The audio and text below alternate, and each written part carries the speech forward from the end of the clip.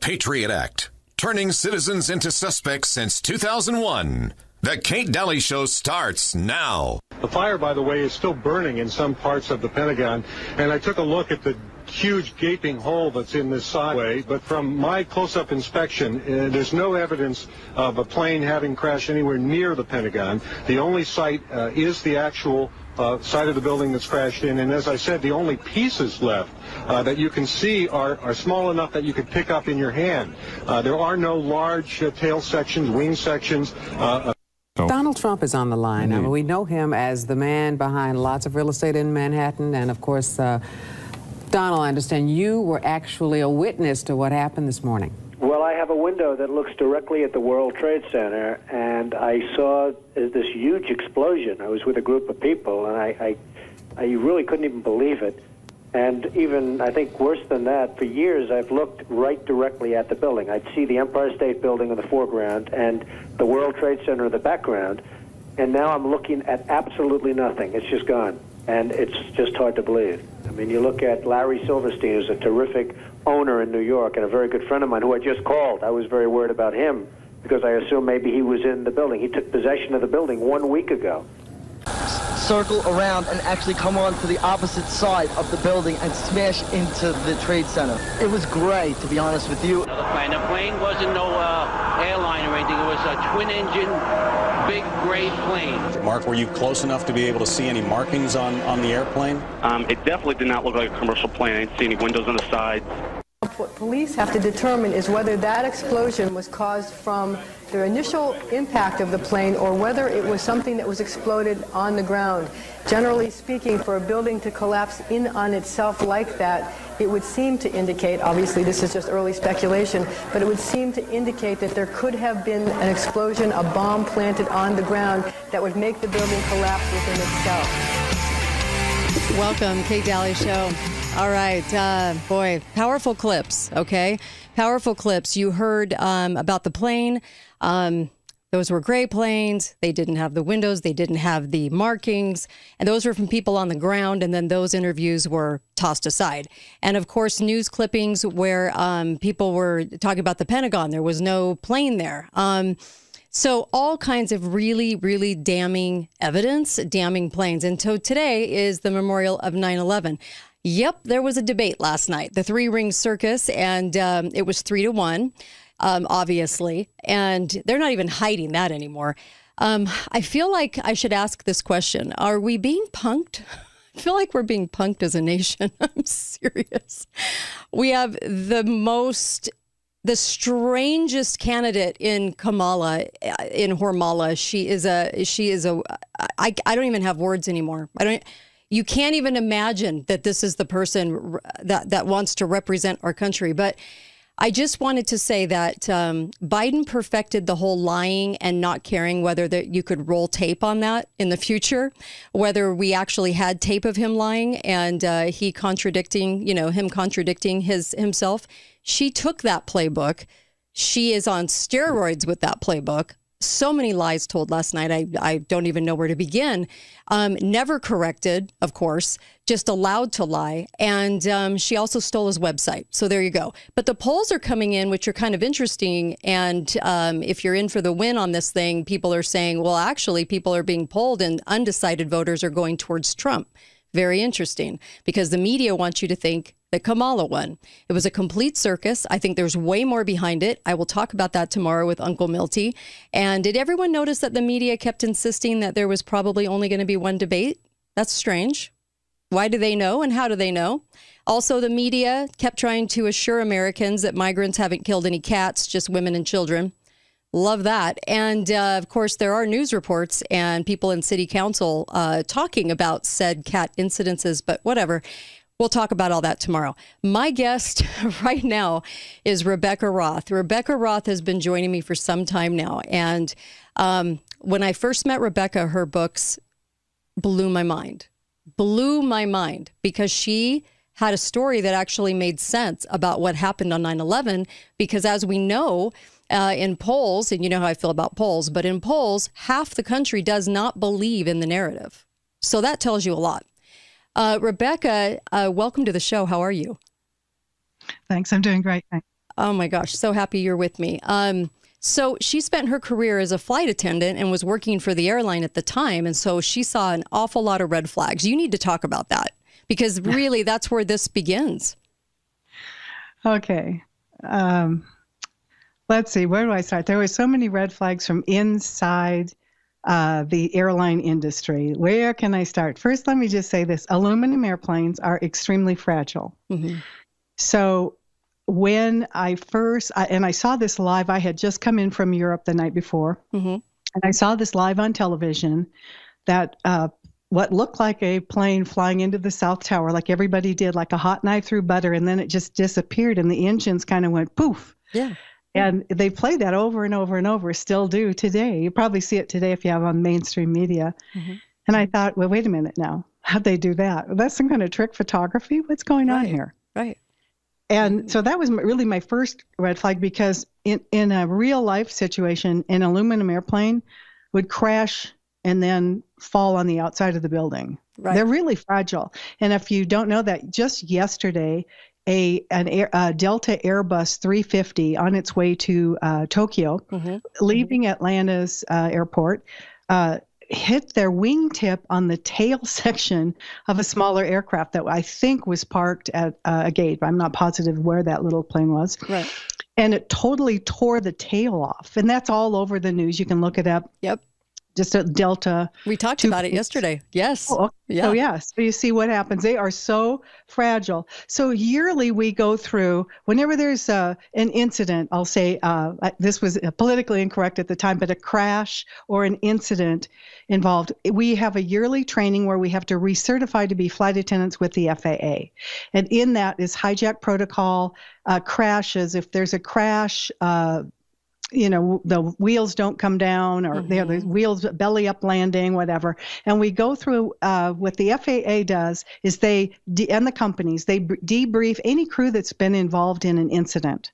And they learn from that. Then they make new codes, exit block, go back, and mm-hmm. hand signals, how we point to the lavatories and all the window exits and stuff. Well, we go through all those commands every year. So if there's a change, that's when it happens in our yearly training.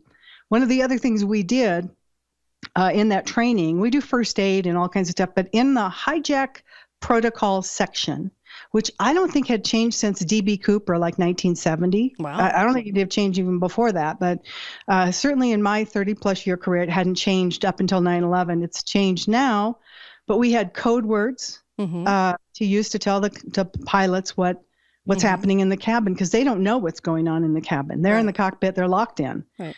And so they don't know what's happening. We are their eyes and ears. If there's somebody drunk and unruly or whatever, we pick up a phone and we tell them what's going on. Mm-hmm. If we need to land to get a drunk off, or some people are fighting, whatever. Sure. So they don't know unless we tell them. Mm-hmm. So that's another interesting thing. The flight attendants, 3 of the 5 flight attendants that called out supposedly that day mm-hmm.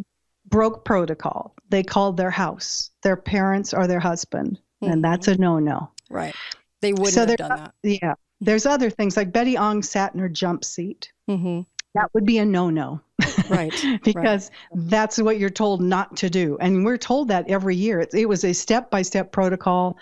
And this is what you do, and this is how you do it. And the name of the game in a successful hijacking, because I know this is another thing that was a red flag, they started calling the flight attendants and the pilots heroes and the passengers that all died. No, a hero would have landed those planes and got the passenger off safely. That's a hero. Right. And that was our protocol was set up to, to do that, to get that whole ball rolling so we could get the plane on the ground, get some SWAT team or military, whatever, depending upon where you land, come on. So that was another thing that got me. And then on Flight 11, the first flight that left Boston, they phoned out, Betty Ong called a reservations line, which is really weird because if you've made a reservation on an airline, you're on hold. Ridiculous. Yeah. Weird move. So that's not where an employee would call.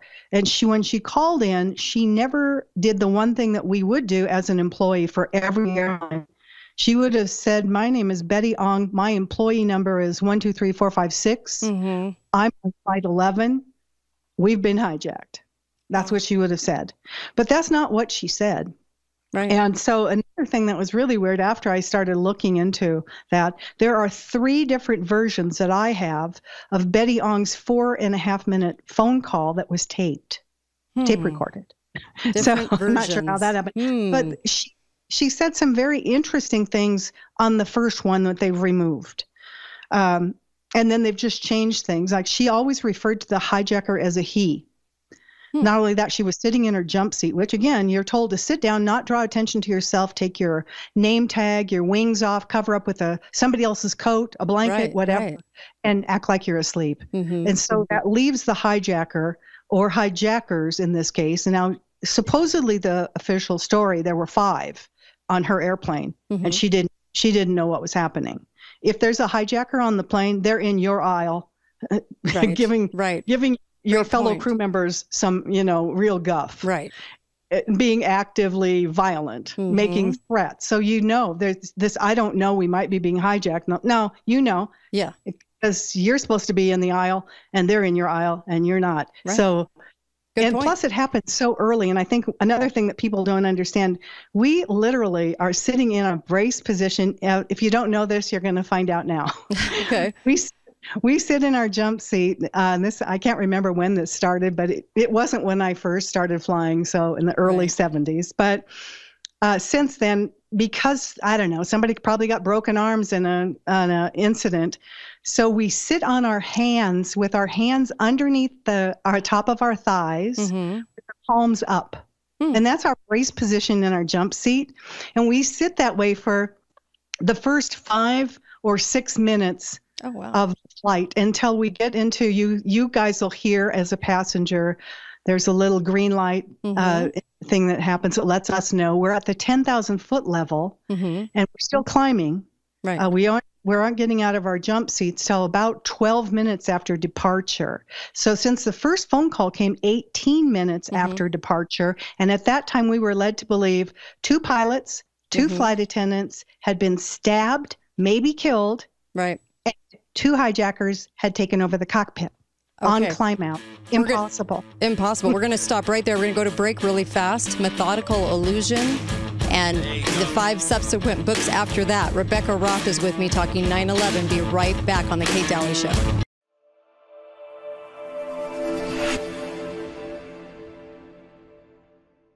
Throughout history, the spirit of patriotism has prevailed. The battles may have changed, but the values remain the same. Today, in 2024, we find ourselves at a pivotal moment where the call for unity, freedom, and a better future echoes louder than ever. For more than 10 years, Patriot Mobile has been committed to supporting the values that make our nation great. With affordable plans and reliable nationwide coverage, Patriot Mobile is not just a wireless service. It's a call to action for those who believe in the American dream. Because this year is not just any year, it's the most important year since our nation's founding. Choose a wireless carrier that shares your values. Choose Patriot Mobile.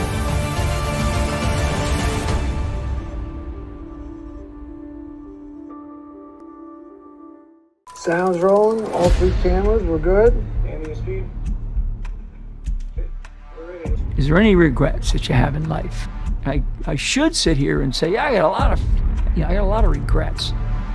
But when I look back on my life and I understand the lives that were lost, I mean, I'm sitting here with you. And I can tell my story. Former National Security Advisor, Lieutenant General Michael Flynn, pleaded guilty today to lying to the FBI. He was one of the most respected generals in the military. He was, by definition, the most dangerous possible person for Donald Trump to hire. Really brilliant military career, serving 33 years. Why was he being so elusive? Mike Flynn told the truth and faced life in prison. Every American needs this historical DVD keepsake. Flynn delivered the truth, whatever the cost. Hand signed by General Michael Flynn, one of America's most treasured military heroes. Order now at the Patriot TV store. Go to Patriot TV, click on Store, and grab a once-in-a-lifetime chance to own a treasured piece of American history. And get your own personal download link to watch America's most talked-about movie, as well as a DVD hand-signed by General Michael Flynn. Use promo code PTV at checkout to get special savings. The Patriot TV store. Incredible savings and a secure, hassle-free shopping experience.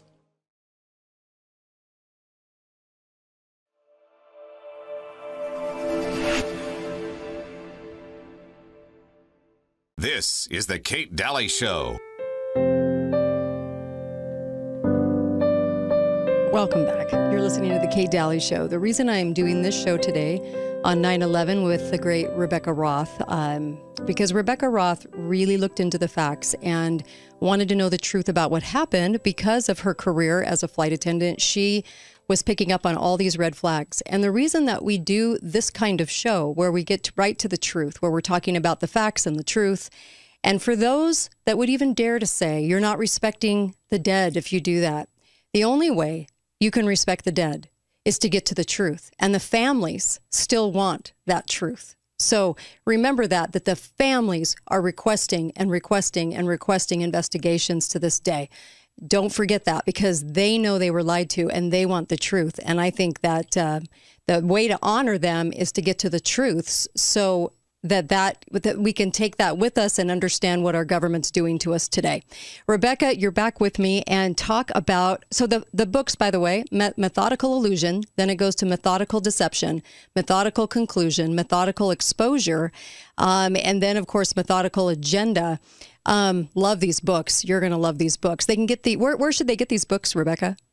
And the best place for the best price is at readroth.com. Okay. And that goes to my store, and it cuts Amazon by $1 gazillion. I love that. Okay, readroth.com, R-O-T-H. They are also on Amazon. And you can order them at any bookstore, but they're also available on Amazon, but they're just more expensive. Oh my gosh. Let's talk about the manifesto of the passengers. Yeah. Now, this is something that's really amazing. And as an airline employee, I can tell you that we're a big family. Mm-hmm. So if I were to get on a different airline as a ticket agent or an employee of any airline getting on, let's say I was with American, I get on United, you are in your family. Okay. It's like if your aunt and uncle came to your house, you'd make sure they got the best comfortable seat, right? Sure. So there's this family unity in the airline industry, and it's all across all the companies. Mm-hmm.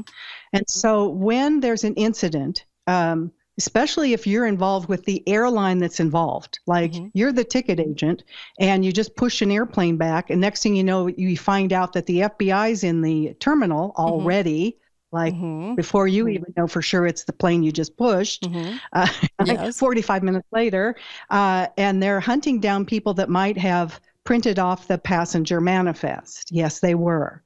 The FBI was hunting down ticket agents that might know who was really on the planes. And I have been contacted by ticket agents that did print them off and lied to the FBI, managed to get out with the real passenger manifest. So let's just start with that first Flight 11. Okay. Flight 11, the only passenger's name that they did not change was Mohammed Atta, and they labeled him the ringleader. The 4 other people that the FBI originally said were on the passenger manifest. In order to be on that list, you have to be on the plane. Mm-hmm. Okay. Those 4 people showed up alive within 72 hours of 9/11. So most people don't know this, that what happened was the FBI quickly changed and they put 4 other names in there. And guess what? They're all still alive too. To this day, as far as I know, several of them are commercial pilots, believe it or not, for Saudi Airlines or one of their subsidiary airlines, code-share type airlines in the Middle East. Wow. So we have 10, 11, or 12 of the 19 that were still alive after 9/11. I don't know how many of them are still alive, but I think there might have been a lawsuit and a large amount of money to the government of Saudi Arabia. Makes sense. In that. Yeah, because I know there was a lawsuit. I never found how it was settled, though. That's why I say that. Jeez. So someone did get that information to me, because why would they lie? Right? What would be the reason? Yeah. But why wouldn't they then fix it after these, let's just say 10 people showed up still alive? You have to ask yourself that, because there's got to be a reason. Why is the FBI lying? I think if we stop right now and look back at the last 8 years and see what the FBI, Peter Strzok, Lisa Page come to mind. Yeah. No, he won't be president. Lisa, we won't let him. The FBI talking to the FBI, and they were behind Crossfire Hurricane, and they made up all the Russia collusion and all of the lies they've said. You don't think that started with Donald Trump? It didn't. Right. It didn't start with 9/11 either. Ooh, we're going to go to break. We're going to come right back. There's so much more you need to know. It's endless. I'm serious. There's so many holes in the narrative. Coming right back with Rebecca Roth, the author, readroth.com. Be right back.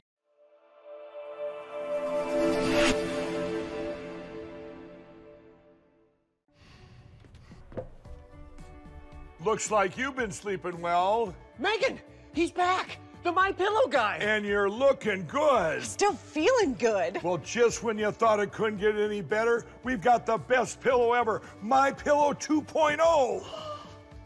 When I invented MyPillow, it had everything you'd ever want in a pillow. Well, now there's new technology that makes it even better. MyPillow 2.0 has my patented fill combined with a cooling fabric with temperature-regulating thread.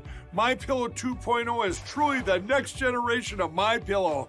Now's the time to go to MyPillow.com or call the number on your screen. Use the promo code to save 50% on your MyPillow 2.0. Not only that, for a limited time, your entire order ships absolutely free. You're sleeping even better. And cooler, too. And you're looking good. Feeling good. I knew you would. MyPillow.com.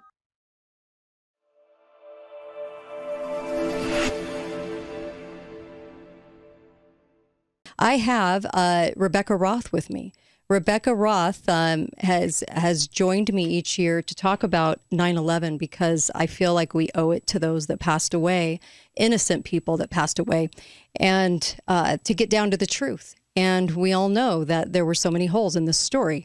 So there's also Rebecca, and you can go to readroth.com, R-O-T-H, readroth.com, and get the books. They are definitely worthy of a read, because there's lots of details we're not going to cover that are in those books. But Rebecca, there's a lot of things that are being said, even in the truth movement, and I cannot wait to kind of get to those things too, to kind of debunk some of that. I'm sure there's a lot. It's a mysterious job. Yeah. Being in the airline. People don't know what we do. They don't know how we check in. There was somebody in the truth movement. I didn't probably remember their names, but somebody that claimed that the flight attendants were kidnapped on the way to the plane, and they don't understand that we bid for our monthly flying a month in advance. So by the 24th of this month, I would know what I was going to do for the month of October. Okay. And this is system-wide. Every airline pretty much does this. So you pick your flights, and then the airline crews all the flights that they have during this bidding process, which happens about a half a month before the month. So when you have a flight, let's just say you have flight 11, it's supposed to leave at 7 a.m. At 5 o'clock in the morning, I'm calling as a crew member into crew scheduling and saying, this is Rebecca Roth, my employee number is such and such, and I'm on flight 11. Okay. Then when I get to the airport, I have to go to the office, because we have an office there. And at that time, you would sign in with a piece of paper, your name, your employee number, and your flight you were leaving out on. Okay. And so then you're on the secure side of security. How are you going to get kidnapped? I mean, it was just nonsense. I saw so much crazy stuff because people don't know how we work, how we go to work, how we bid to work. Right. How we staff an airplane. We don't just say, oh, there's an empty airplane. I think I'll get on and go where it goes, right? Right. It's all very structured. And it's part of the logistics that people just don't understand. So you had a lot of people in the truth movement saying stuff like the BTS, the Bureau of Transportation Statistics, American Airlines did not, this was a voluntary program. And it was done because at that time, it's hard to believe now, at that time, the airlines advertised we're the most on-time airline, on-time departures. We've got the most on-time arrivals. We've got the most on-time both arrivals and departures. So there was a big competition going on in 2001 about that. And this is how they kept track. A voluntary system called the Bureau of Transportation Statistics.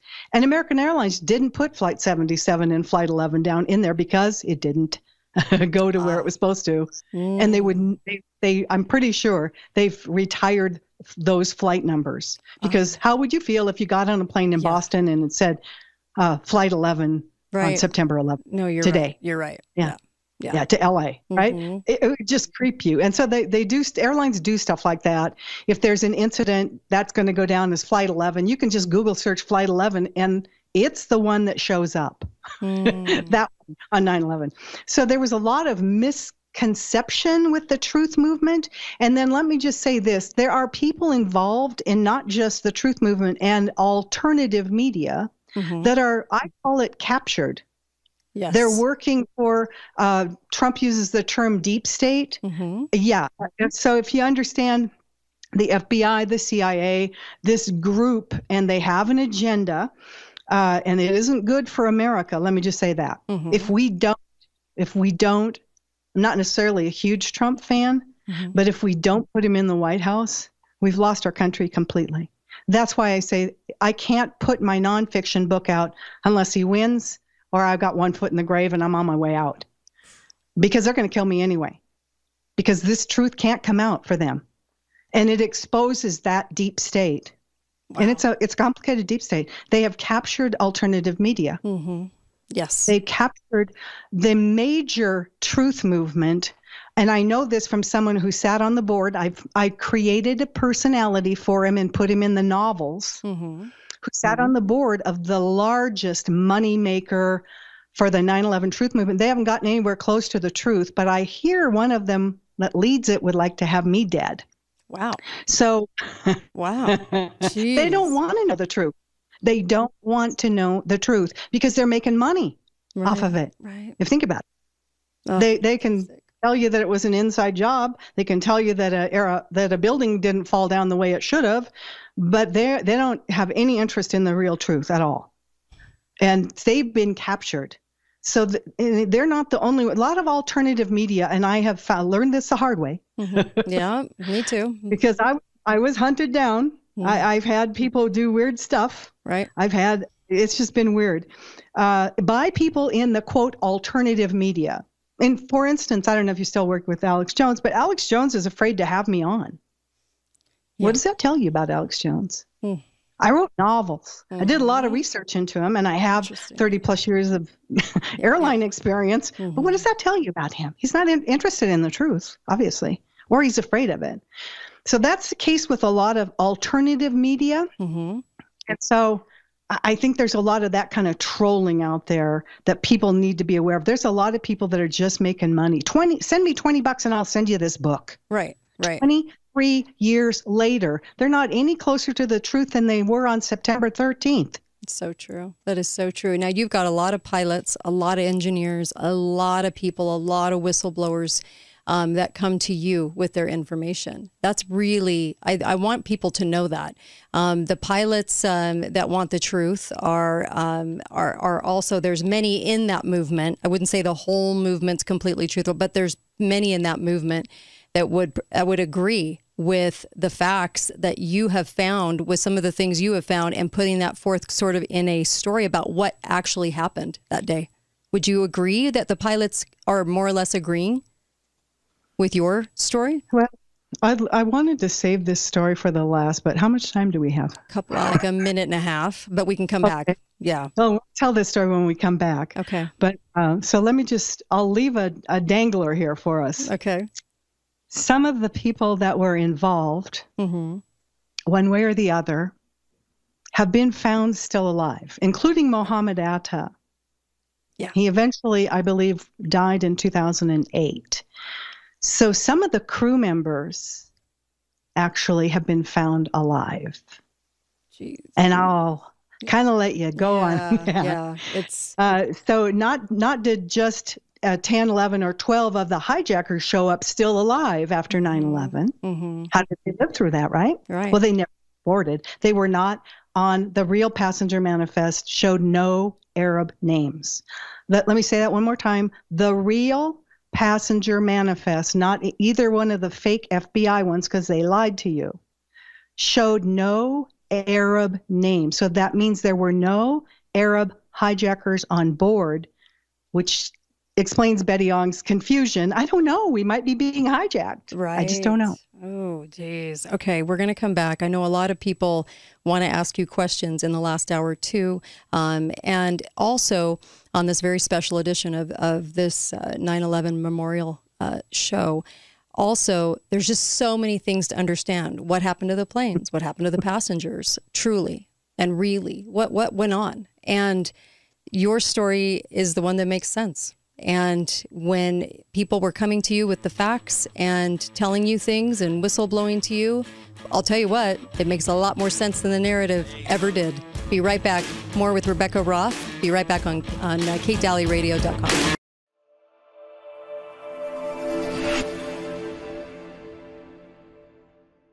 I don't know about you, but I have to have that cup of coffee in the morning. And Kingdom Cup is mold-free, it is pesticide-free, and it is organic. It's got this flavor that is delicious. You don't even have to put cream or sweetener in it. Why did we go with the bean form, the whole bean? Because ultimately the powder form is the one that gathers the most moisture.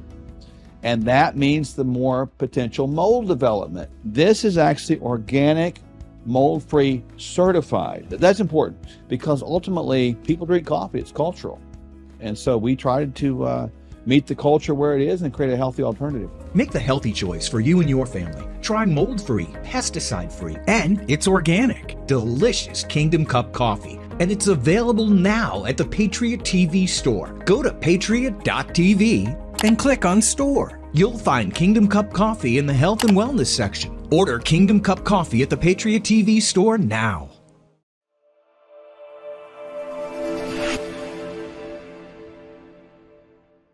This is the Kate Daly Show. Welcome back. You're listening to the Kate Daly Show, a special episode today because it's 9/11. I asked Rebecca Roth to come on with me, and so grateful that she is here with me. And let me just tell you, there's so much to say, and we're not going to get to all of it. So make sure and get the books. And this is a book series I always recommend everyone to read, and it is the Methodical Illusion book series. You can go to readroth.com. Read Roth, ROTH.com, because she lays this out in fiction so that she could still be alive today. And she lays it out in fiction so that it's really easy to understand. And it's, and she lays out so many just incredible parts of this. Okay. So you were going to tell a story, Rebecca. Okay. I left you hanging with the pilot story. Mm-hmm. So some of the hijackers, supposed hijackers, that never got on because their names were not on the manifest. The agents that printed those out, because there was a printer, fear for their lives after the official government story came out that day, because they held in their hands the real manifest with no Arab name. So they knew that there was some Shazam going on, right? Right. Well, there's a pilot that ran across, stumbled across one of the pilots from one of the planes. To be careful to tell you, I won't tell you which one, but he flew with him out of the same airline and recognized him. He's a very remarkable character. Everybody in the airline knew lots of things about this guy. He was quite popular. And the pilot that told me about it, excuse me, he was very proud to tell me the story. And we actually did a couple interviews, and I had it on one of my websites. Mm-hmm. I think my membership site, BehindTheGalleyCurtain.com, it was on for a while. And he's apparently had his life threatened. So they don't want you to know that some of these people that were on the crew and some passengers were still alive, and that there were no Arabs on board. They don't want you to know that. And that's what's put so much fear into these people's lives. So I did write this. I did write a rendition of the story and actually the person was seen in North Vancouver, Canada. Mm-hmm. You know, a lot of Nazis were put up in Canada after World War II, just go winky dink, I guess. Mm-hmm. But there's a lot of fear because people realize that the truth wasn't what the government was saying. Right. These are airline people. Right. It's kind of like people that saw the Building 7 come down looking like a demolition, which I thought it was. Yeah. So I was on the West Coast at the time. So in the afternoon when it went down, I thought, well, how'd they demolish that so fast? I actually worked for a demolition company for a while. So, for a guy who owned one. So not that I did that, but I worked for a guy who owned a company like that. So I've seen them before. Seen buildings go, old casinos and stuff. So I recognize it as that. That was even Trump said that. He said there was a demolition. Trump said there must have been bombs in the buildings, and he's right. Now, I don't think I ever told you this. Even I know we talk a lot off the air, right? But I received an email. And it'll come out with the receipts in this next book from someone whose family member, two family members. One was a Mossad agent, and one was, which is an Israeli CIA, basically, and one was a physicist. And the physicist's job was to figure out where to put the explosives. So Trump was right. Again, I say that. I don't know how many times I've said Trump was right. He was right about ivermectin, hydroxychloroquine, I guess it was. He was right. So I keep seeing that. So what's happening right now, we can see this because it's paralleling everything. They have one playbook. They play it out. It doesn't matter if they're Israeli, Mossad, CIA, or British MI6. Or they play the same. The Germans have the huge intelligence arm. All of them do. Yes. And they're all connected. They're all connected. There's a part in my third book, Methodical Conclusion, about that, how they connect and they make these plans and they work together to do things, mainly to cause wars, believe it or not. Right. And you're not saying these things because this is interesting. I want people to realize this. When you're saying these things, this is built on the backs of whistleblowers. It's built on the backs of a lot of hardcore research. This is not just you sort of dreaming this up. This is coming from a certain place. And that's why people need to realize that there's a whole different story that really makes sense in this. And the story that you've laid out was the first time where I went, oh my gosh, all the pieces now connect. Now I get it. Now I understand what actually happened at 9/11. And I think that's really the gift of these books, is to say, oh my gosh, now we know. I do have a caller for you. Let's take a caller. Hi, caller. Welcome to the show. You're on with Rebecca Roth. Rebecca, yes, I purchased all your books. It's excellent. Thank you for all the hard work and research and the willingness to stand up against the tyrants. I also wanted to find out if you were aware of Dr. Judy Wood's research on how the buildings actually fell, along with Andrew Johnson, who wrote the books 9/11 Telling the Truth. Okay. Apparently that's an eye-opener. David Hughes just sent out a newsletter about that today. Okay. All right. Rebecca? I know of Judy Woods, and someone told me that she dislikes me. I don't think she's read my books, but a lot of people in colleges, a lot of professors have been captured. I haven't read her books. I did see her website. She has something. There was. She doesn't believe there was thermite used in there. It's obvious. It's on video. But thermite was only available to two governments: the Israeli government and the U.S. government. So that means that the hijackers didn't have it, and Probably the Jewish artist living in the building didn't have it either. Right. It was not that easy to get. Right. So, but it's pretty obvious that jet fuel does not melt steel. Mm-hmm. So she has some points. One thing that was very intriguing on her website that I didn't get her book, but was the toasted cars. And those cars were like a quarter mile away. There was explosives used that had nothing to do with jet fuel. Okay, mm-hmm. Jet fuel doesn't explode like that, and it doesn't burn cars that are maybe quarter mile or further away. Mm-hmm. And they were toasted, and you can see that now. If you look at things that are going on, just like in Israel and Gaza, mm-hmm. for example, what they're doing when a 2,000-pound bomb goes off, mm-hmm. you can see what happens to the cars. They look just like those toasted cars. No, you're exactly right. Know that something besides jet fuel happened in the buildings. You're exactly right on that. And by the way, I put up a meme that said, never forget over the Twin Towers. And then over Building 7, it says, but forget Building 7.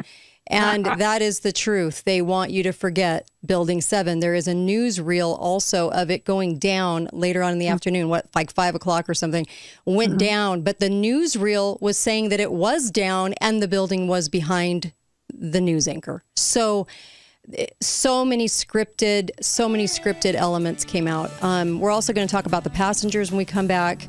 All kinds of stuff when we come back, and you can ask questions too. Rebecca Roth joins me. The books are on readroth.com. And of course, you're listening to The Kate Daly Show, katedalleyradio.com, where this podcast will be, and you can share it later on today. Be right back.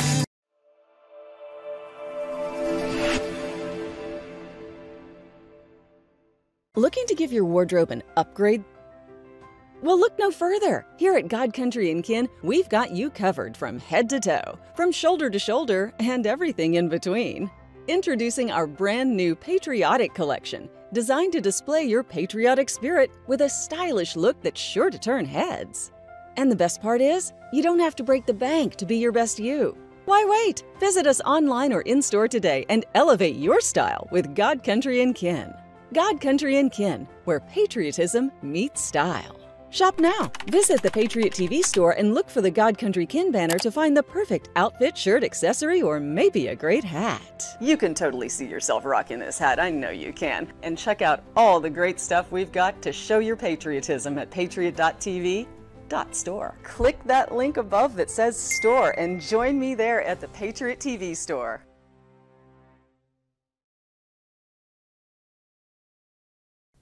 Hey, ladies and gentlemen, my name is General Mike Flynn, and I'm here to talk about a limited time offer of subscriptions to Patriot.tv and how you can become a member of our Patriot Defenders subscription club and become a member of Patriot.tv. Really, it's America's network. I call it the home of truth. And you can do that for only $9.99 a month. It's a great deal by itself, but what I'm going to walk you through here in these next few seconds is a couple of package deals that we have that are unbelievable. The next membership was the annual membership at $99 that you can save. Right away, you save $20 if you come in at the annual subscription rate. The best deal that I think that people ought to seriously consider is the 2-year membership at $159. And it includes a special edition of my recently released documentary, Flynn, Deliver the Truth, Whatever the Cost. So along with the 2-year membership, the 2-year subscription will send you a DVD combo of the film, plus an option to stream the movie online, as well as exclusive interviews of Tucker Carlson, Devin Nunes, and myself. So go to the home of truth, right? Go to Patriot.tv today, sign up, seriously consider the 2-year subscription rate. It's an unbelievable savings. I think it's a total savings of about $70 from just signing up on a monthly or a annual basis. So thank you very much for your support. Patriot.tv is America's new network. Thank you.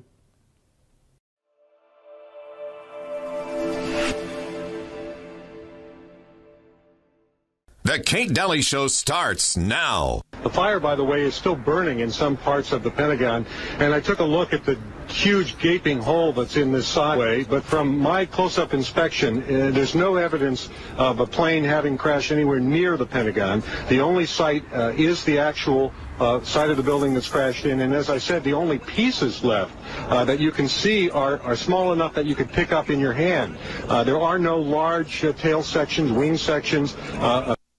circle around and actually come on to the opposite side of the building and smash into the Trade Center. It was great, to be honest with you. The plane wasn't no airline or anything. It was a twin-engine, big, gray plane. Mark, were you close enough to be able to see any markings on the airplane?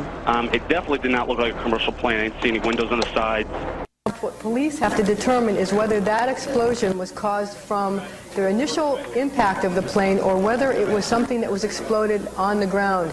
Generally speaking, for a building to collapse in on itself like that, it would seem to indicate, obviously this is just early speculation, but it would seem to indicate that there could have been an explosion, a bomb planted on the ground that would make the building collapse within itself. That would make the building collapse within itself. So today, a special 9/11 memorial show, really, and really memorializing the innocent victims that died, and we were not given the truth, not even close. And so I have Rebecca Roth on with me, and Rebecca Roth is the author of these books that you must go get. ReadRoth.com, ReadRoth, ROTH.com. Methodical Illusion is the first book, and it goes in subsequent order as she lays out the story of 9/11 like you've never heard it before. And I know that you know there are holes. There is Building 7. There is the fact that the Air Force was out on a drill that was exactly like 9/11 the morning of 9/11, so the planes were not up in the air next to these planes. All kinds of things like this that happened that are severe holes in the story, in the narrative, that never made sense. And finally, when I read Rebecca's books, it made sense, that the whole story made sense. And sadly, because you've realized how much the government's lied to you. In fact, we were just talking on the break about trauma. Rebecca, you want to chime in on this? Yeah, on my fourth book, Methodical Exposure, I did I got a degree, actually, I feel like. Yeah. I have a PhD in CIA now. Mm-hmm. But I got really deep into how the psychological warfare works, mm-hmm. and how psychological or psyops happen in work and how it's all done. And that leads me to just this. One of the people who worked with the CIA, and he was a hostage negotiator, used to be with Alex Jones, Steve Pieczenik. Mm-hmm. Yeah. Steve Pieczenik was the inside information guy for Tom Clancy. Mm-hmm. And Steve had read my books, I know at least the first 3, and emailed me and had me send a set of books to Alex Jones. And that's mm-hmm. why it's even more weird that Alex won't talk about 9/11 with me. But Steve Pieczenik was a big fan of those books. Mm-hmm. And he also was a psychiatrist. So right. He knows all about psyops, psychological operations, psychological warfare. We're experiencing it now mm-hmm. as we live at this very moment over the Russia collusion and all right. the nonsense that the FBI and the deep state have put out against Trump. But I want to start with what happened to me when I first started to question 9/11. It was almost, 8 or 9 years after 9/11. Mm-hmm. I never looked back at it. Right. I stopped flying. I wasn't into it. And I met the guy that was on the lawn, so I knew there was no plane and all that. And I was cooking dinner, and I had Fox News on my television in the mm-hmm. other room. I wasn't watching mm-hmm. it. I was listening. Right. And they mentioned Building 7. It could have been an anniversary of 9/11 for like today, mm-hmm. for all. But they mentioned Building 7, and I thought, well, Building 7, I saw that fall down live on TV, and it looked like a demo to me. I was like, mm-hmm. how did they do that? How did they wire that building so fast to make it fall down in its footprint? Right. And Hannity had 2 guys on. Again, I wasn't watching, so I don't know who they were. But one of them said something about Building 7, and the other guy screamed at him, "You anti-Semite." And I thought to myself, well how do you... Why is that? Yeah. A Jewish... Right. How does not liking Jewish people, that's how I thought at the time. Right. How does that work with this building coming down like it looked like a demolition? Did the Jewish people do this? I was completely clueless. I didn't, mm-hmm. I had no idea all about Zionism and all this mm-hmm. stuff. I had no idea that some people were hijacking it to their own interests. We do have a caller, but so we'll take, never mind. Okay. Go ahead. Okay, so it's interesting because when I wrote the Methodical Deception, the second book, mm-hmm. By that time, by the time I did book 2 and 3, and I did them all both within like 9 months. Right. I had connected with a guy who was a air traffic controller at Edwards Air Force Base. He was a liaison to Area 51. Mm-hmm. Had long conversations. I could write a book about this guy. Long conversations about this guy. And I tape recorded everything on Skype or something, you know. Sure. It was fascinating because, of course, Area 51, everybody wants to know what goes on there. And it was Edwards is a secret base also. So he brought in a lot of interesting things to me. And he was really surprised that I knew about these remote control aircraft, and they do use the remote control. They've had remote control aircraft since, you should write this down if you don't know what it is, Operation Northwoods. It's been declassified. It was declassified the spring of 2001. Yep, we mentioned it a lot on the show. Go ahead. Yeah, 9/11 version 1.0. They were going to fake hijackings. You heard that right. Fake hijackings and use remote controlled aircraft to be shot down by the Cubans to start a war. So right now we're sitting here with 23 years of hindsight. Who benefited from 9/11? Was it Osama bin Laden? Was it any Arab country, any Muslim country? Who benefited? That's what you got to look at now. Osama was an agent. He was good friends with the Bushes. He even said, I think it was like 1998, he said Americans are about to lose their freedoms in a very big way. He knew a little bit about what was going to happen, and he was the patsy. He was a CIA asset, yes. As was Anwar al-Awlaki. They demonized him too. He was an FBI asset. Mm-hmm. So when the first two hijackers, Khalid al-Mihdhar and Nawaf al-Hazmi, came here in January of 2000, 18, 19 months before 9/11, they lived with an FBI informant and another guy that we don't know if he was Saudi intelligence, Israel intelligence, or CIA intelligence. So he met them right away. He knew they were coming. Right. But the CIA lost them. They knew they were in Kuala Lumpur, but once they got to LAX, we're not interested. But I've got a great story in this next book about the CIA and a phone call. And these hijackers and their connection. This is why I tell you, if we continue to have some freedom of speech under Trump, or it'll come out when I've got one foot in the grave, or they're closing the casket on me. So when you were just mentioning the remote controlled planes, which they had outlined in the 60s in the Northwoods, in the Northwoods project, we've discussed it a lot on the show. Then that leads us to what happened to the actual planes. All 4 planes were landed at Westover, and we know that because the phone calls had to be on the ground. Right. And so in Methodical Illusion, the first book, I have the character Vera and her friend Jim, who's a pilot, go through a website called airplanemanager.com.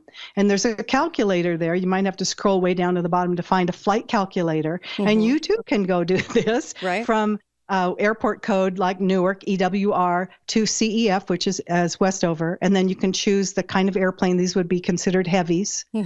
And then you can pull down, it's a pull down menu for the seasonal winds, no wind, or some other, there's a wind options. And you can see that they coincide. And this is really when I wanted to be wrong.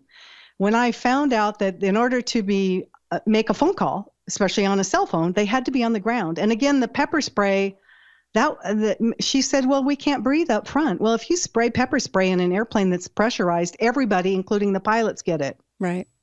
So when Beck Dong said that, I'm like, it's only in business class. Well, there was first class, business class, and then coach. And the curtain's not going to do that because it's the pressurized airplane. If a baby poops, coach, you will stop it in first class. I'm sorry. Yeah, that's so. Yes, yes. If everybody's doing their fingernails, I think of all the experiences I've had right off the smelly things. Right.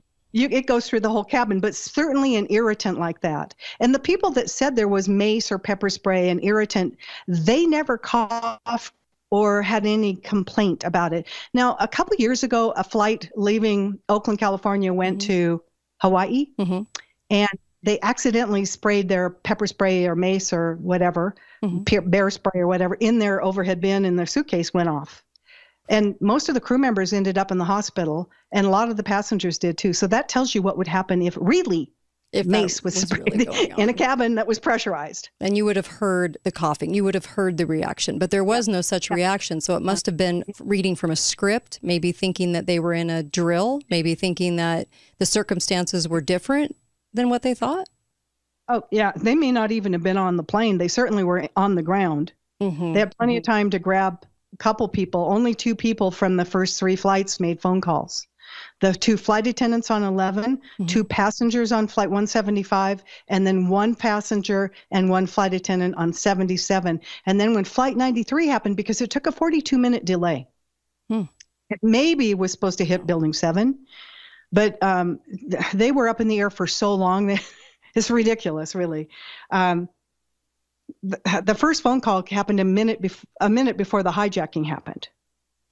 Wow. So how did that happen? How did that happen? There's when you put all the government data together, which I've done, it doesn't line up. For instance, I'll tell you this. On Flight 93, when they said, we're going to fill up coffee pots with hot water and crash in with a meal cart or beverage cart into the cockpit and take the plane back, right? That was the story? Right. Well, first off, between the captain and the co-pilot on the floor is the flight management system. It's the computer that flies the airplane. You cannot drop a drop of water into that thing. We're very, very careful. We all get taught that. No water there. No water over that computer. Right. It's China syndrome, right? Right. So that didn't make any sense at all. So the story was put out to just give an emotional story that everybody could connect with and then meme forever. Yeah. All of the calls from Flight 93 were heartstring grabbers. And it's interesting because most of the people on the receiving end, whether it was left on a home recorder or they talked to the person, said, I didn't hear any jet sound, no screaming, no nothing. But at that time that some of those latter phone calls were made, according to the government, the plane was flying upside down. So you're not going to have a beverage cart in the aisle, or are you going to have passengers in the aisle? Okay. We don't ask you to help us. Yeah. We are trained, highly trained, and you're not insured. We're going to come right back. I know it's a lot to intake. We're going to come right back with Rebecca Roth, Special 9/11 Show, KateDalleyRadio.com, where the podcast will be later on today. Be right back.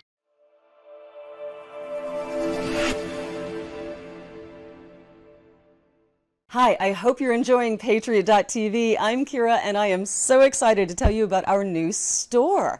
We have everything you could want to show your patriotism around your house. We've got artwork, we've got coffee mugs, there's health and beauty stuff, and even things to decorate with. I've got a few examples here just to give you a little look behind the scenes. First up, by the world-renowned artist Robert Holton, this is part of his Drizzle collection. Give you a better look at that. How cool is that Lady Liberty? Wouldn't that look great in your hallway? And there's even artwork you can wear on your body. God, Country, and Kin, amazing denim jacket for the ladies. Look at this detail and look at the back. Dangerous there with the twin pistols. And ladies, those are not just bullets, those are lipsticks. Yeah, you're dangerous all the way around, right? And there's also stuff you can put on your head. All about the cowboy core this year, right? Love these great hats they've got going. Check out the front and the detail on that with the longhorn. Lovely in the back, and it looks even better on. Yeehaw! Love to show my patriotism in a great cowboy hat.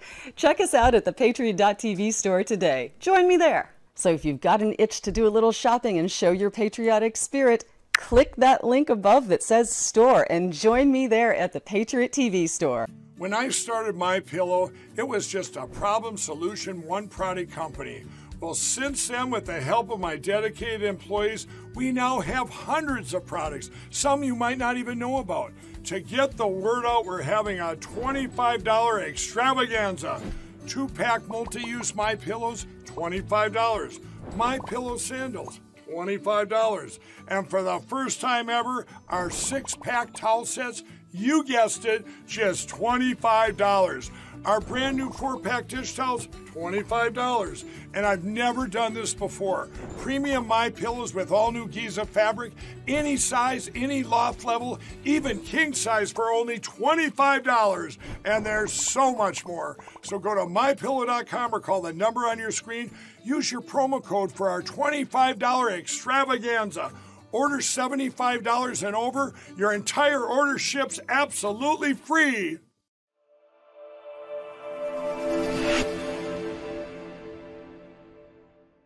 This is the Kate Daly Show.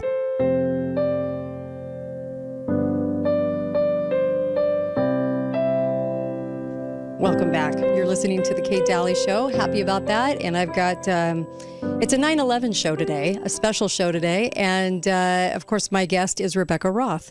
She wrote some very interesting books that had me very intrigued about the information she was getting.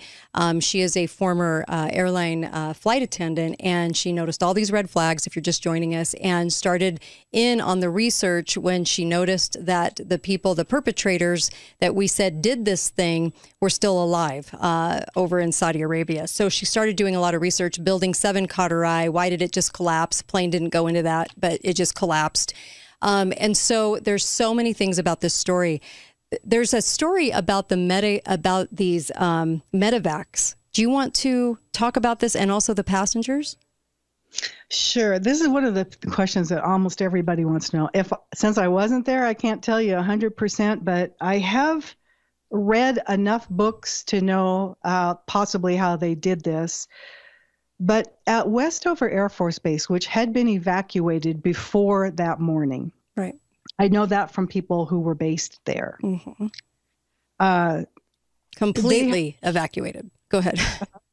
Yeah. Every person. They have huge hangars there that would hold the C-5 Galaxy transport aircraft. It's bigger than a 747. Mm-hmm. So you could probably easily, quickly drop 2 of these airplanes inside. And there's 6 of these giant hangars there right off the runway. So I was working with this, I have about 1 terabyte of Freedom of Information Act data. So I was working with this air traffic controller, and we found into Andrews Air Force Base around 8:40, 9 p.m., somewhere in there, 3 DC-9s came in that were medevac planes. He knew it because he knew their call signs. These medevac planes would have been just enough aircraft to carry the bodies that would have been the passengers who would have been killed in those hangars. Not everybody was killed. Right. Some people were obviously a part of this. I don't know how many of those, and I wasn't there. But I'm going to guess, since airplanes are pretty darn airtight when you shut the doors, right. That a toxic gas, cyanide-type gas, was thrown in once they got the people out of the planes. They didn't want it to die. So we found this mysterious thing, and he explained to me how medevac planes work. That medevac planes were not called in to remove injured people out of the Pentagon or anything like that. So this was his guess, not mine, but he's the guy who was in the military and air traffic control. So he had a lot of good information. So I'm guessing they were killed by using cyanide gas of some sort. And I have found out by reading several books on other, not just the CIA. I've read books about a good book. I'll give your listeners a good book, Gideon Spies by Gordon Thomas. Okay. It's how the Mossad operates and how they use toxic gas and toxic injections and stuff. This is how they operate. These people are spies. They are like James Bond without the women. Okay. So true. They kill people. They're hired assassins, and there was at least one on the airplanes that day. And there were eyewitnesses on the ground that saw a commercial plane landing. Yeah. I have one eyewitness. She used to work for the FBI, saw 2. And then I saw another woman who saw United 175. And then I have another woman. These are all in Massachusetts, right around on that, somewhere in that state. And then she saw Flight 77. And we know that because of what time it was. She dropped her kids off at a Christian school. So we put all this time together, where that plane was, when the phone call started being made. And that's kind of how I just kept going back, because in order to make a phone call on a cell phone on 9/11/2001, you had to be on the ground. Right. And most of the plane, and the FBI tried to change those stories. Yeah. No, They called from an airphone. Well, let me just say this, because they did this with Barbara Olson, but Barbara Olson was on a 757 American Airlines in January 2001. They dismantled their airphones. Yes, American Airlines 757. They didn't have a working. And the calls couldn't have lasted anyway. I mean, you would try to call, it wouldn't last, but these calls lasted. And then, of course, the eyewitnesses on the ground that said after they departed from Boston, these planes were landing at Westover. Be right back. Kate Daly Show, more with Rebecca Roth, learning what really happened. 9/11. Be right back.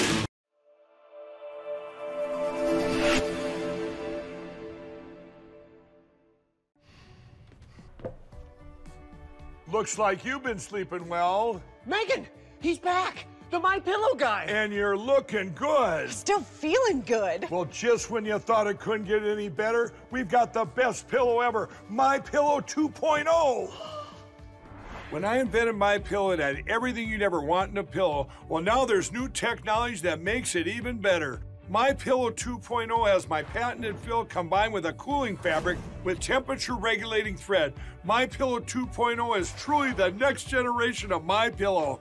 Now's the time to go to mypillow.com or call the number on your screen. Use the promo code to save 50% on your My Pillow 2.0. Not only that, for a limited time, your entire order ships absolutely free.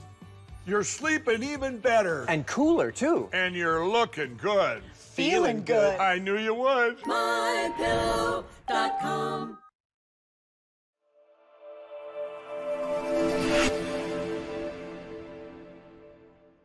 This is the Kate Daly Show. Welcome back. You're listening to the Kate Daly Show. And of course, I have Rebecca Roth special 9/11 episode. I'll talk about the debate tomorrow and we'll take your calls. I do have a caller on hold. I just wanted to mention, I've seen all the memes today and it was all about, can we get unified like we were the day of 9/11 and the day after 9/11 and how our country came together. And they're really, really, really selling that idea hard. Not that we shouldn't feel something, but this was done on a lie. And people are finally starting to figure out, especially going through COVID. So unification on a lie doesn't really count as the unified country. They want people to feel the emotion. They just don't want you to look at any of the facts is really what's going on here. Rebecca Roth is with me. We're going to talk about so many things. I also want to ask her about the cover-up, but we'll take a caller real quick. Caller, go right ahead. Hi, Kate. Mike. Hi. Rebecca, I've got your books, and I just want to thank you for everything you've done over the years. But real quick, and one thing really quick, what you've done is you've created and you've shown an unaccounted for loose string in the big cover story. And in that the calls had to be on the ground. Okay. So in the mid to late 90s, I was in the cell phone industry. Okay. And most people, even to this day, they think, oh, my phone connects via a satellite. It does not. Even today, it does not. Right. It connects via towers. The tower network looks like a honeycomb, and the signal goes out kind of like a lighthouse sends a beam of light out. It doesn't go up, so an airplane could not capture that signal. And it's only now is that we're just now getting into where phones will have actual satellite capability, kind of like the sat phones you see with the big antennas. Right. So I just wanted to kind of get that across to confirm everything you're saying. Thank you. Appreciate that. Yeah, you bet. Thank you. Rebecca? Yeah, I always follow up with who did it, why did they do it, and who benefited from it, because it wasn't what they told us. So a lot of people have come to me over the years and they've said, how could they keep a secret like this? How could they keep a lie like this down? I would love to get your response on that. Please. Okay. So because over the last decade, actually, my first book came out, I wrote it in 2012. It sat on a shelf for 2 years, I think November of 2014. So we're looking at 10 years, right? Since that, and then I think in March I did Coast to Coast, and that brought a bunch of people to me that knew things. And I've talked to a lot of people that were somehow either contract assassins, contract workers for the CIA, or CIA employed people. and other people that have had top security clearance. And the reason they don't talk is because they're afraid they'll be killed, or they're afraid their family, and even sometimes extended family, will be killed. Because these people in the deep state are trained assassins. They are trained to kill people without any remorse, without any empathy. They are highly trained assassins. And so the people that know stuff, they're afraid that if they say something, they will be killed, their kids, their grandkids, their parents, the whole family, whatever, whoever means the most to them. Sometimes they send a signal by killing your pet. Right. To keep you quiet. And so they do it out of fear. And fear is a huge motivator. Right.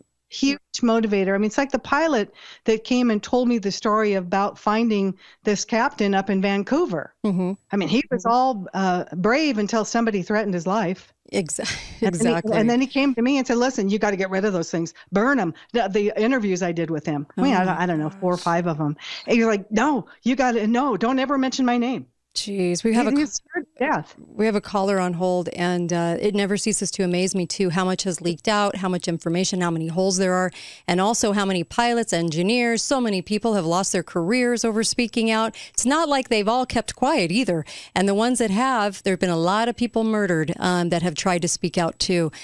So let's take the caller real quick. Do you have a quick question for Rebecca, caller? Go right ahead. Yeah. So I remember back in 1993, my father traveled a lot, and he actually called us, our family, on an airplane in the air. So forgive me, Rebecca and Kate, I just tuned in, but you said something about somebody called in on a cell phone, and yet they had that air phone, whatever it is, installed in the airplane.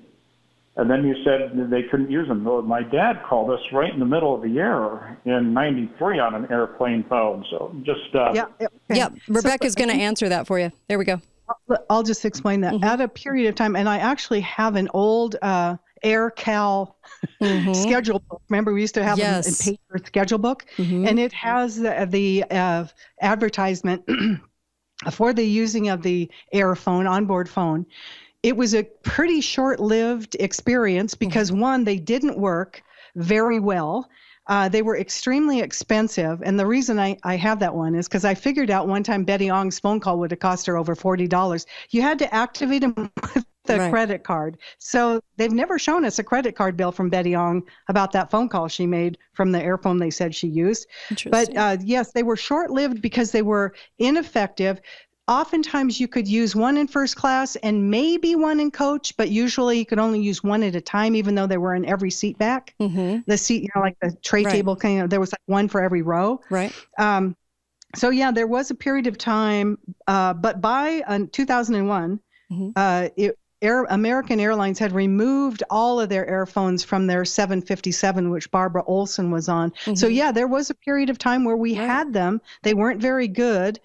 But if he called you, then you heard the sound of the engines that nobody else heard on the calls from 9/11. Interesting you point. Probably heard of that. Yeah. We've got a caller. We've got another caller for you. Okay, caller, go right ahead. Thank you for taking my call. Rebecca, do you know anything about the gold that was supposedly in the basement of the towers that turned up missing? Building 7. Okay, thank you for that. Yep. Rebecca? If you look at my series of books, the third book, Methodical Conclusion, is gold. And the reason is that story is in there. The story of where the gold was brought. Again, it was seen, I can say this now because this guy died of an aortic aneurysm. My air traffic controller friend from Edwards Air Force Base witnessed them unloading the gold. And so he told me how many flights had been coming. They'd actually came from Stewart Air Force Base. So they would truck the stuff out of the World Trade Center to Stewart Air Force Base, which is not too far north of the city, and put it on British pilots flying Russian cargo planes. Wow. And the reason he remembers it is because they were vectored through highly restricted airspace to get into the landing. So he kind of put that together after. Once we started talking, he's like, oh, that's where all the gold came from. And his coworker had actually taken pictures of the gold and them unloading it. How long after was this? This was before 9/11. They removed most of the gold. I think there's one truck that was broke down underneath it. So if you want to read about it, it's in the third book. That's gold in the cover it's a puzzle piece with gold color and light shining through, because that's where the gold is discussed. Oh my gosh. There's so much. There's so many more details too in the books, by the way. I'm just letting people know. I have a lot of people that come over, want to borrow them. Just get the book set, because it's just downright fascinating what we're up against in the amount of lies and planning that went into this event. And we're able to do free shipping and undercut Amazon by a great deal. So you get the whole book series. Read Roth. Savings. Yeah. Okay. ReadRoth.com. Okay. So let me just tell you one other thing. 20 seconds, and then we go to break. So give us your cliffhanger. All right. We'll end up. We're going to talk about how they fell off the radar that day. Yes. Okay. Let's do that. We're going to come right back more with Rebecca Roth. This is a tribute to the victims, to try to find the truth of what happened to the victims. And this is the best way I know how to respect the dead, the innocent that died that day. And there were so many. There's been so many who have died in the name of this project. And the PNAC was written prior to this. Biden, Cheney, all of them signed off on it, and that was they wanted a new Pearl Harbor and to go to war with Iraq. Be right back. Kate Daly Show.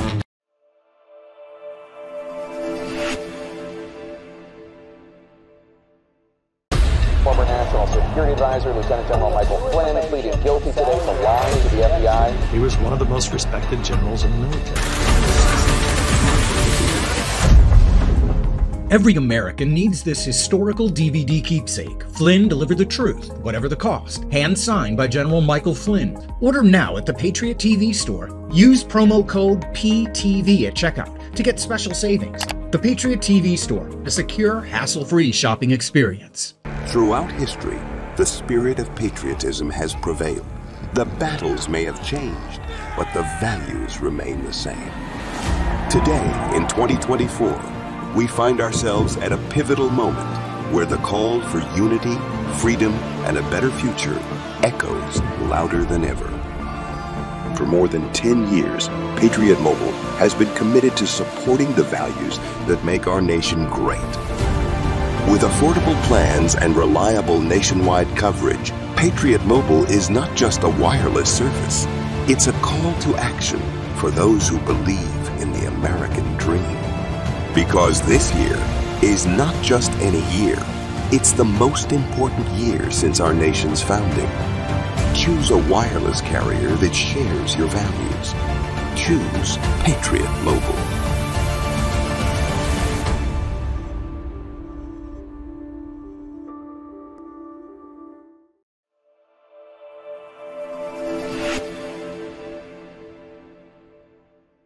This is the Kate Daly Show. Welcome back. You're listening to the Kate Daly Show, finishing up here with Rebecca Roth. There's so much info. There's so many things we could talk. We could fill 5 hours, and I'm not exaggerating here.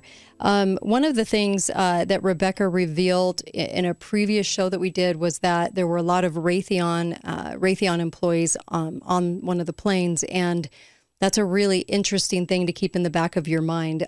Also, the fact that the question still looms: how did they fall off the radar? Rebecca Roth. Yeah. This is pretty interesting. In the headquarters of the FAA I think they were down there actually for a couple years, were two companies. One was called P-Tech, which was a brand new startup company, but they were involved in lots and lots of computer systems for the U.S. government and the banking system. Ooh. They even had, do you remember George W. Bush couldn't speak from Air Force One to the White House bunker? There, he got static, he couldn't talk, and it wasn't working well. Right. They did that communication as well. But this company called P-Tech, they're no longer that company. They've changed their name. And then another company you want to know about is called MITRE. And there's even a Wikipedia on it if you just want to quickly read. MITRE. And MITRE is kind of I hate to say this, but it's a great explanation. Shadow government. Yeah. And inside of MITRE, MITRE, is a company you've probably heard about if you've ever read anything about the buildings, architects, and engineers, called NIST, the National Institute of Science and Technology. Okay. They are part of MITRE. And MITRE and P-TECH were inside the basement on 9/11 and had been for quite some time. And one of the things that was going on were multiple war games. And so they were able to make airplane radar blips appear as fake bogeys or targets for the military guys, and airplanes disappear. Wow. So you know, just so you know. And yes, there were, I think there were 2 or 3 Raytheon electronic warfare specialists on Flight 11. And there might have been one on 175 too. I know there were 3 or 4 Raytheon guys that were going to California out of Boston. And that kind of connects me to this because I've kind of been thinking about this one too recently because it was an anniversary. But MH370 had 20 electronic warfare specialists on it when it was maybe, I always thought, personally, this is just me, you can call me a conspiracy theorist, I haven't really researched it. I always thought they went to Diego Garcia, which is kind of a secret MI6 Mossad CIA base, like a drone base. It's a secret base, so we don't know what goes on there. But I always thought that that's where they were brought to, and that their cargo was the brain power on that plane. And easily you can hijack a plane remotely. Jeez, you can do that using an AWAC airplane. And they were a lot of those in the sky too. There were doomsday planes were up. I have, and all the FOIA data, I have radar strips from the doomsday aircraft that left Andrews, planes that were right there, right over the Pentagon. Right. At the time. It's interesting. Let's not forget that the Pentagon announced the day before that $2.3 trillion, not billion, trillion dollars were missing, and that the computers were moved that morning to where the missile went in, because it wasn't a plane. Even the newscasters were saying there's no plane parts here, where that missile went in so it could destroy the evidence of any investigation they would ever do, if they ever even tried to do, which they didn't. Yes? Yes, that was Jamie McIntyre from CNN who was standing there at the lawn at the Pentagon. He was the Pentagon reporter for CNN, and he said there was no plane crash here. Right. And I don't know what happened to him. He wasn't on CNN much after that. Oh, wow. I don't know, I didn't even realize that. Whew. Oh, I didn't realize that. And also how much compartmentalization goes on. Not only do we have the looting of the country, you've got all this compartmentalization. Only a few people know what's the whole thing, right? And then you have people that know their part or know their piece. And sometimes they're lied to about their piece of what they're doing. Yeah, this is a typical intelligence operation. Everything's compartmentalized. People didn't know. I had a guy contact me that'd been on the opposite side of the Pentagon. He didn't know there was an airplane. He didn't even know the story. He smelled cordite coming through the air conditioner vents. So, oh my gosh! And the pilots who were switched out. Which pilot? Oh, not just the pilots. Almost the entire crew of all 4 airplanes were replacements at the last minute. Remember earlier I told you we bid by the middle of the month for the next month, and those bids close usually around the 24th. And so on the 24th, you know what you're going to do for the whole month of October if you're a pilot or a flight attendant. So I've never heard of who the original crew was supposed to be, but none of these 4 planes had their original crew on board. There was maybe 2 or 3 of the people, but 7 out of 9 on Flight 11 were last-minute replacements. Which is so rare that it is never. Has it ever happened in history that they've done all of that on one day? I can't even imagine. It isn't normal. It's highly abnormal. But yeah, 5 out of 7 on Flight 175, 4 out of 4 on Flight 77. They were just last minute change up. And so where'd the original crew go? Nobody's ever come forward and said, hey, I bid that trip and, I dropped it at the last minute because I was sick. There should be 9 people from Flight 11 that said, oh, I missed it. Right. I could be right now. I mean, you would have that feeling as a flight attendant that changed their in the last minute and a half. What has changed you about all the information you've uncovered? I think when I realized that the cell phones, and I'm glad that guy called, the cell phones had to be made on the ground. The calls had to be made on the ground. They're personal. And then I found Westover. And I came to the realization that this was not what they told us, and that the government had lied to us. And I had been, I believed it. I believed the government. I thought they were there to help us. We drilled. I've had airplanes scramble to my wingtips before. I know the military was there for that for us. And it shattered my world in so many aspects that I literally got sick to my stomach. And I went back day after day to try to convince myself that I figured this wrong. This can't be true. I tried to make myself be wrong. Right. I could have been I was commuting at the time from coast to coast. I could have been on one of those airplanes. It hit me very personal at that point. I got sick to my stomach, and I just thought I could have been there. This can't be right. And they did this to us. They being someone that wasn't 19 Arabs, because they weren't on board. Right. And I have proof of that. Jeez. ReadRoth.com for the books. You won't put them down. ReadRoth.com. Go get the books there.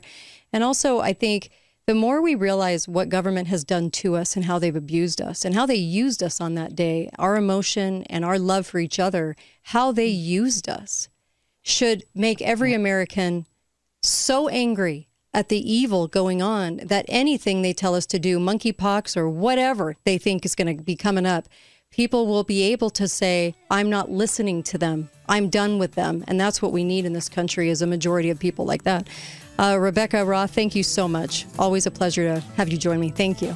Thank you. Thank you for having me. You bet. ReadRoth.com. And then, of course, Be Faithful, Be Fearless. Go to KateDalleyRadio.com for the podcast and share these podcasts with people you love.